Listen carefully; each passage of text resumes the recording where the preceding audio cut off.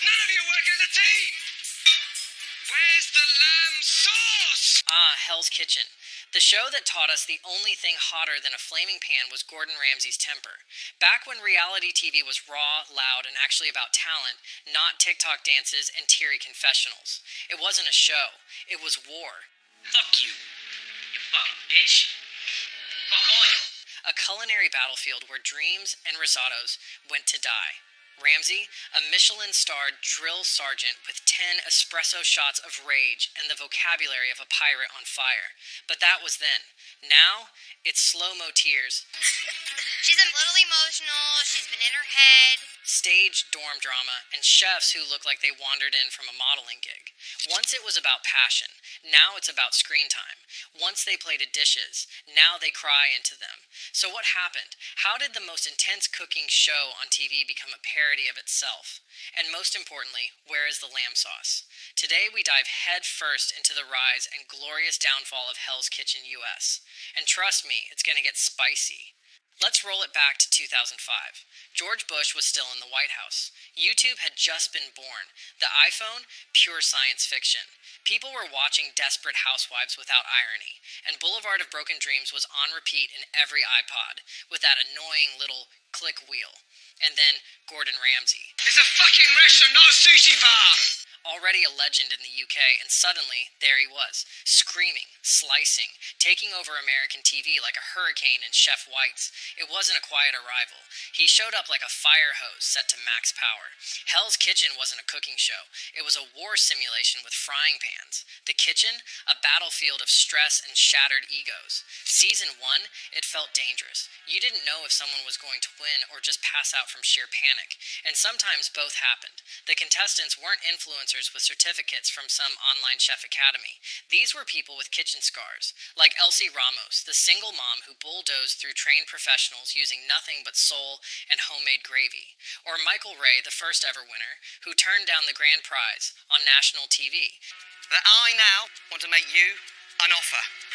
Yes. Yes! Because he'd rather work under Ramsay than take a cushy title. Who does that? Someone who came to cook, not to be famous. And Ramsay, that man was at his absolute peak. Yes, he yelled. Yes, he swore like a drunken sailor with a bell pepper allergy. But there was purpose behind the madness. He'd call you a useless sack of Yankee Doodle shite and then show you exactly how to fix your raw chicken. He cared about quality, not drama, not ratings. Just cook well or get out. Every dinner service was a ticking bomb.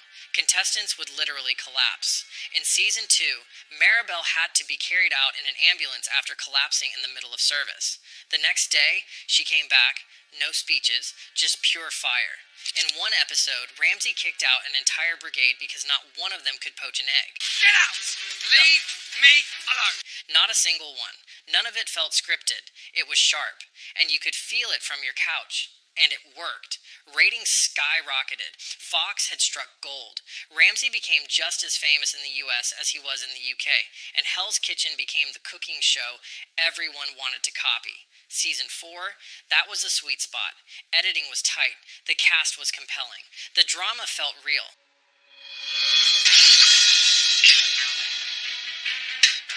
You didn't just watch to see who would win. You watched to see who deserved to. But hey, like anything left on the burner too long, it eventually starts to burn. It didn't crash overnight. Hell's Kitchen didn't explode in a fireball of bad risotto and flying lamb sauce. It simmered into irrelevance. At first, you didn't even notice. A little extra dramatic music here. A monologue dragged out just a bit too long there. All the brushing of the teeth. I think everything's gone in those bathrooms. We need them clean. Then suddenly, half the episode was about someone stealing shampoo in the dorms instead of who ruined the scallops. The editing bloated. The stakes inflated. What once was raw and intense now felt like a soap opera filmed in a kitchen. Every burned steak became a national emergency. Every raised voice got the full 5-minute slow-motion treatment. Cue tragic piano, grayscale flashbacks, and reaction shots that felt pulled from a courtroom drama. Then came the casting shift. Gone were the scarred-up sous chefs who looked like they'd been through 3 divorces and a walk-in freezer explosion. In came perfectly contoured 20-somethings who looked like they were sponsored by Ring Light. Some weren't there to make dinner. They were there to make an impression.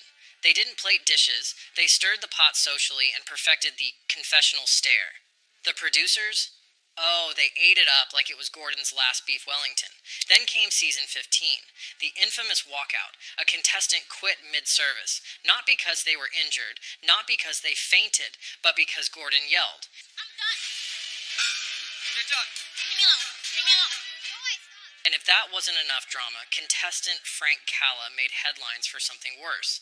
Sexist remarks. He claimed he wouldn't take orders from a woman and said female chefs should go back to where they came from. The backlash was immediate. Even the U.S. Marines distanced themselves from him.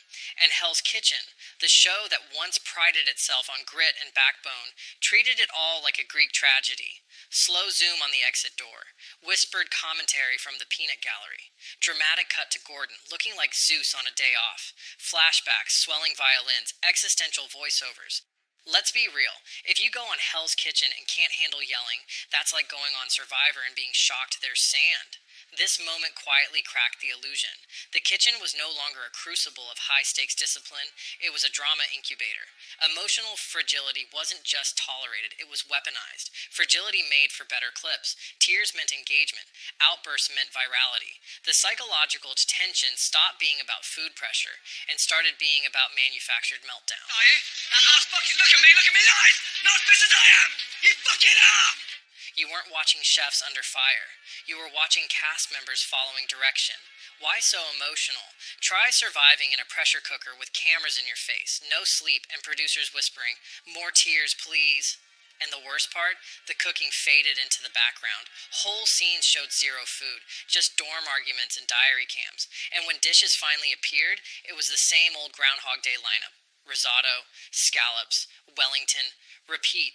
Like the writers copy-pasted last season's script and just changed the haircuts. Each season became a formula, a soft reboot of the last. New names, same narratives, same villain arc, same redemption arc, same finale soundtrack you could hum in your sleep. And I'm fucking out of here! And the winners? Forgettable. You don't remember who won. Hell, they probably don't either. Somewhere along the way, the focus drifted. The chefs became background noise, and the moments took center stage. The sound bites got louder. The stakes got faker. And by the end of it, you weren't sure if you were watching a cooking show or a highlight reel with a side of scallops. But the worst was still to come. Let's revisit that question. What exactly happened to Hell's Kitchen? When did it stop being a test of skill and start being a theatrical spectacle? The answer, or at least a big part of it, lies in season 18. If you're looking for the exact moment Hell's Kitchen officially jumped the shark, it's this, season 18. The season where they brought back former contestants to compete against new ones. Redemption arc meets weird sequel energy. At first you think, okay, that could be fun. Maybe the veterans will school the newbies, show their growth. But what we got, a reality TV rerun in disguise. The veterans looked like they were reenacting their highlight reels. The newbies, background noise, like extras who showed up to the wrong show. Former contestants acted like they were on a press tour. New ones froze under the lights. The editing leaned harder than ever into manufactured drama. Zoom-ins, whispered threats, and more slow-mo than a Zack Snyder movie. We saw more tears than tomatoes. Entire episodes unfolded with barely a glimpse of what was actually plated. Gone were the kitchen shots, the breakdowns, the brutal but educational critiques. Instead, it was all emotion, all reaction, all surface. According to former contestants, many confrontations were reshot or pushed by the crew. Hell's Kitchen now felt more scripted than spontaneous. Budget cuts led to cheaper sets, fewer cooking scenes, and more time in the confessional chair. The kitchen wasn't the stage anymore, it was the waiting room. And then there's the so-called grand prize. Once the winner got to lead a real kitchen under Ramsay's name. Now, an executive chef position, with an asterisk. Take Corey Sutton, season 19's winner. Wow. I won.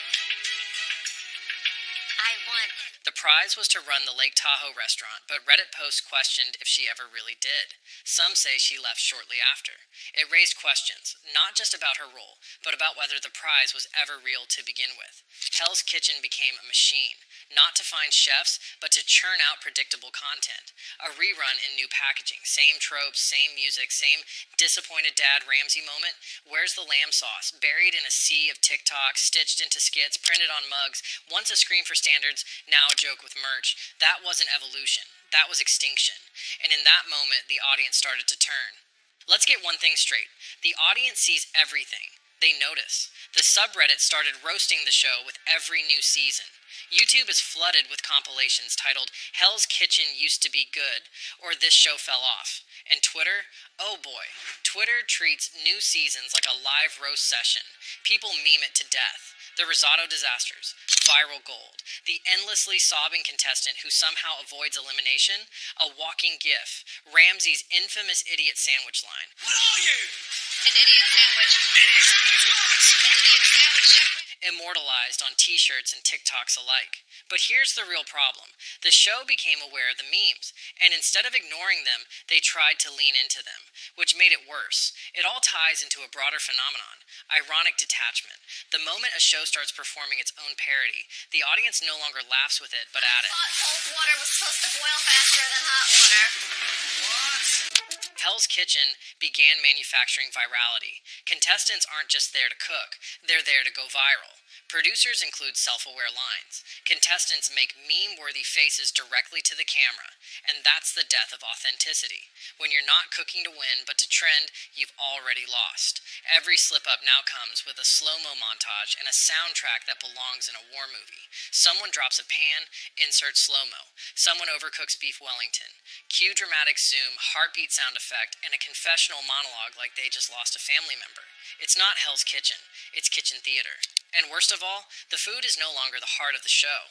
We rarely see dishes being crafted, plated, or critiqued with any substance. Feedback has morphed into one-liners. Technique buried under sound effects and smash cuts. It's less about cooking and more about creating viral content with pans in the background. Just, this is raw, plate smashed, commercial break.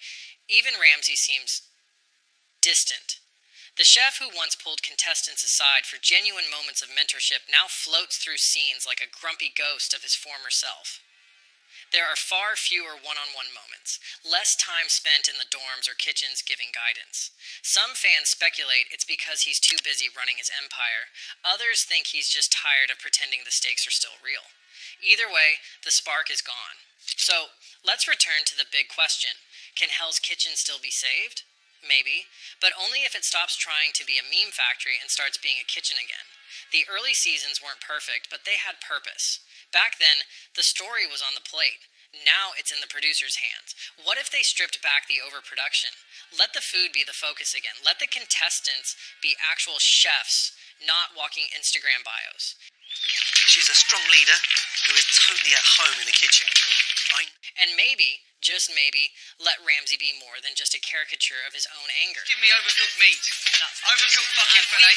His stuff in it. Overcooked. Because when this show worked, it really worked. It inspired people. It made cooking feel like a gladiator sport, where every dish was a duel, every mistake a wound. It made risotto terrifying, yes, but also thrilling. And that's a beautiful thing.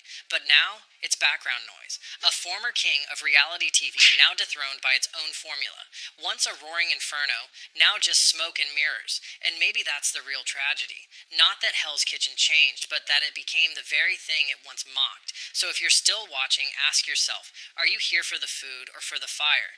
And is there really a difference anymore? The fire's gone out, the kitchen's closed, and all we're left with is the smell of burnt potential. And hey, if you enjoyed this deep-fried dive into reality TV chaos, go ahead and hit that subscribe button. It's free, unlike Ramsey's patience. Smash that like button like it's a raw scallop, and drop your favorite Hell's Kitchen meltdown in the comments. See you in the next episode, where hopefully no one burns the risotto again.